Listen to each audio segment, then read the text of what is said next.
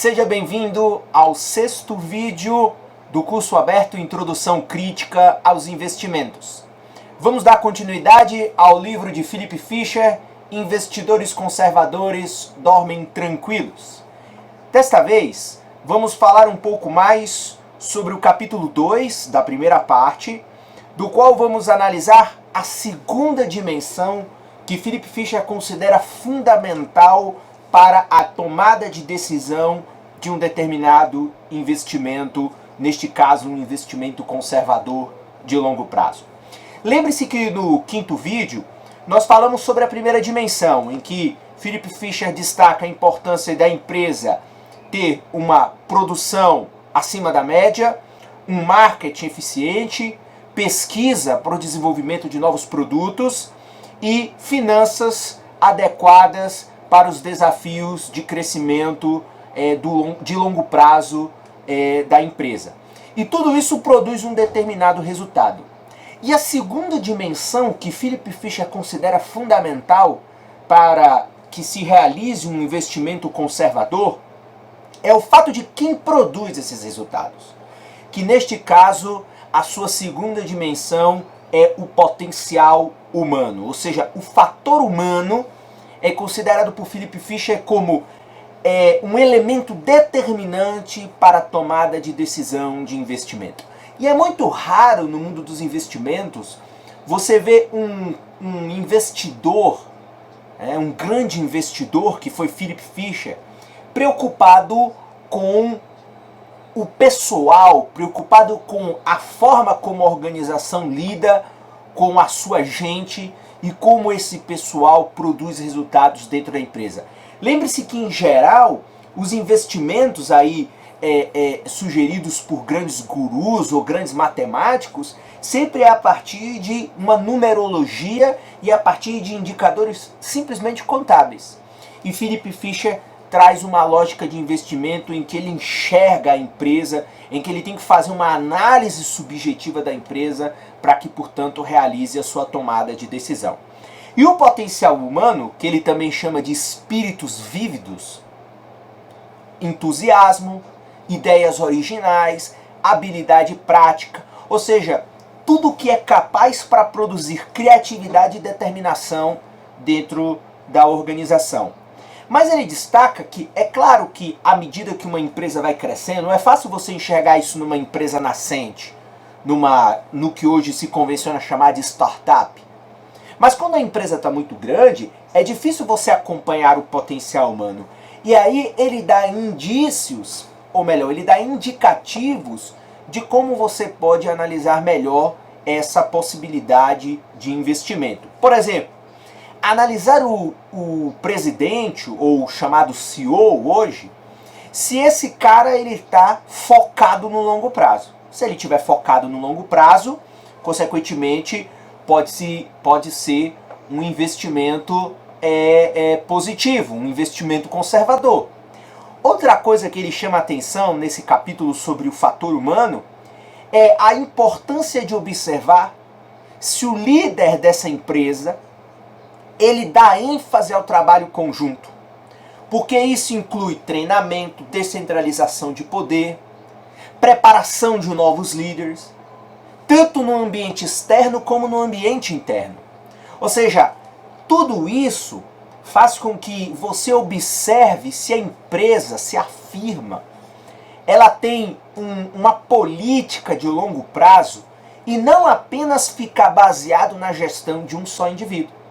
E a gente pode dar aí vários exemplos de grandes empresas brasileiras, por exemplo, que se baseavam num grande mega executivo que esse cara era o deus do negócio, e se ele sair do negócio, o negócio morre. Então, Philip Fisher não considera esse tipo de negócio um bom investimento conservador. Ou seja, e aí a comparação é a gestão de um só indivíduo ou de uma equipe? E aí ele fala, sabe qual é um dos indicadores que ele considera fundamental? É a diferença de salário entre o presidente executivo ou CEO e os outros diretores da firma, os outros gerentes da firma. A diferença salarial desses caras é que vai revelar, vai dar sinais de alerta se esse negócio ele é um negócio que tem uma gestão coletiva ou uma gestão individualizada. E Fisher frisa a importância de que uma firma com visão de longo prazo, com presidente de longo prazo, ela se baseia numa gestão de equipe e não numa gestão de um determinado indivíduo. E frisa ainda que, no caso do fator humano, do potencial humano que você pode ter dentro de uma firma, ele ainda destaca uma questão que é interessante, ou seja, uma empresa que pensa no seu crescimento no longo prazo, ela vai treinando paulatinamente os seus funcionários à medida que ele entra num cargo, num nível baixo, vai ascendendo para um outro nível um pouco acima, depois ele chega a ser um supervisor, chega a ser um gerente, chega a ser um diretor. Essa é a melhor política de longo prazo. Ainda que ele não desconsidere a importância de uma determinada organização trazer, contratar executivos, diretores ou funcionários externos, funcionários que já chegam com algum grau de experiência. Então, esses fatores são bem interessantes na perspectiva de Fisher, porque é raro você encontrar hoje, principalmente no século XXI, com o excesso da matematização do mundo dos investimentos, ninguém olha para a empresa de verdade. O cara compra um papel porque ele comprou um papel, baseado num comportamento matemático simplesmente do papel. E ele se esquece de fazer uma análise de que por trás daquele papel há uma organização, e há uma organização feita não só de produção, de marketing, de pesquisa, de finanças, mas feita por pessoas.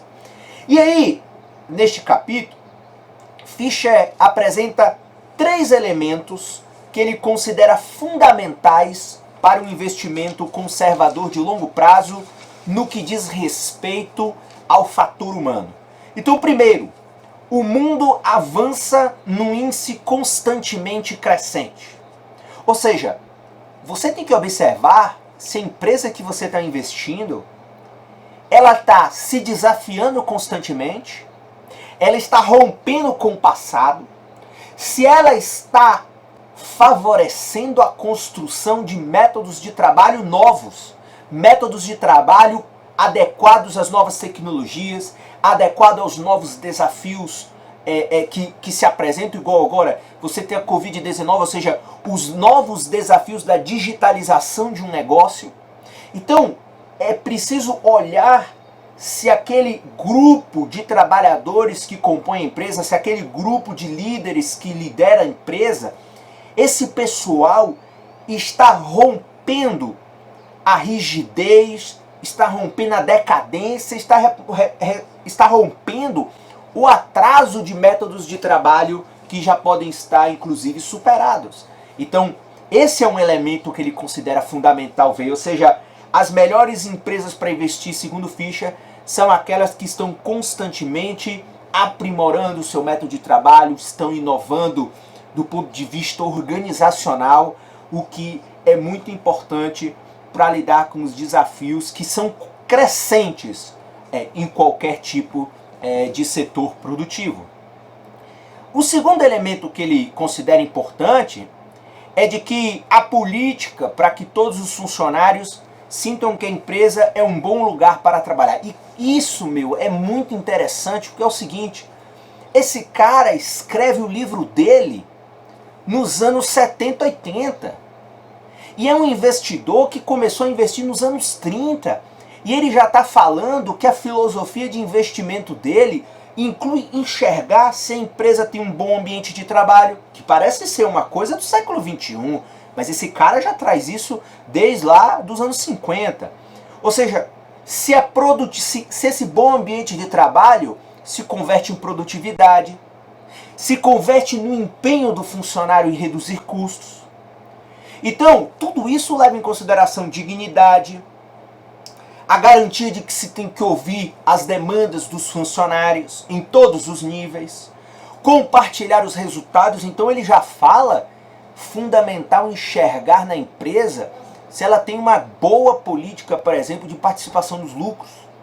Então tudo isso faz parte de um pacote que Fisher considera fundamental, porque O que está por trás disso, segundo ele, em ter uma política que faça os funcionários se sentirem bem, é que quando a empresa vai alcançando níveis de competitividade cada vez maior, ela precisa de uma coisa fundamental que não está na prateleira do supermercado, que se chama a lealdade do funcionário. Então, tudo isso é com a perspectiva de produzir lealdade ao funcionário. E o terceiro elemento que Fischer considera fundamental, no caso aí dos recursos humanos, para um investimento de longo prazo e considerado conservador, é submeter-se à disciplina necessária para um crescimento sadio. Ou seja, a empresa, tanto o que a empresa faz, os produtos e as pessoas, elas não podem ficar estáticas. Então, ou você melhora, ou segundo ele, o caminho oposto é a decadência. Então, o objetivo do crescimento, do verdadeiro investimento, não é simplesmente oferir ganhos, mas evitar prejuízos e financiar a sua expansão. Então, o que ele quer dizer aqui nesse terceiro elemento é o seguinte: se eu tiver uma empresa onde a liderança estar disciplinada a fazer com que o negócio se torne cada vez maior, com uma perspectiva de longo prazo, com a perspectiva de que os meus lucros correntes vão continuar financiando a minha expansão e não simplesmente pagar dividendos porque é mais bonito ou maquiar dados porque parece legal lucrar muito hoje, não. Ele fala que é importante que a empresa esteja disciplinada para trabalhar no fortalecimento dos lucros do empreendimento no longo prazo. Então, essa é a ideia de Philip Fischer quando ele pontua as questões relativas ao fator humano.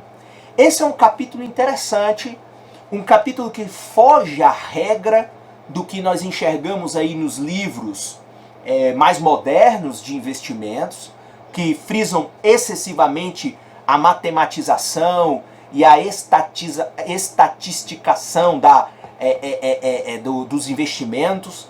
E tudo isso faz com que você esqueça que por trás de um papel de investimento, por trás de uma ação que você compra na bolsa de valores, por trás de um dividendo, de uma dívida, de uma debenture que você compra, por trás de um determinado papel, seja ele qual for, existe uma empresa.